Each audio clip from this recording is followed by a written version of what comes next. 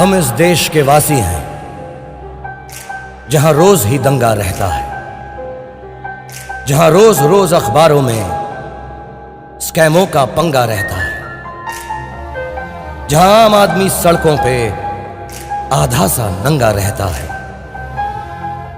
इस हाल में भी, इस दौर में भी हर दिल में तिरंगा रहता है।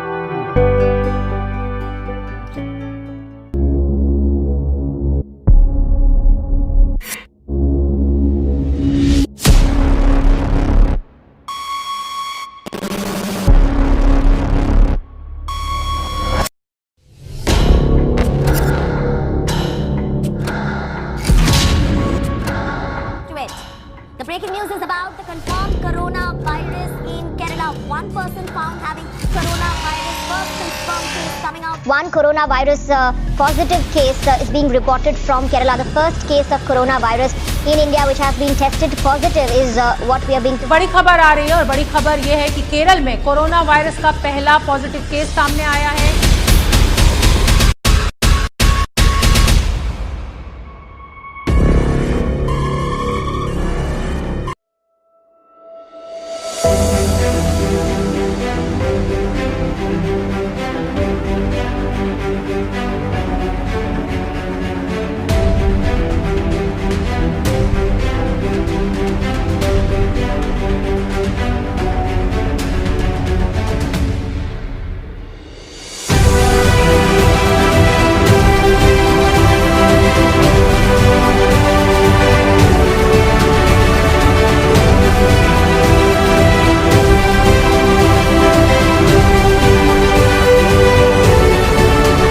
पिछले 2 दिनों से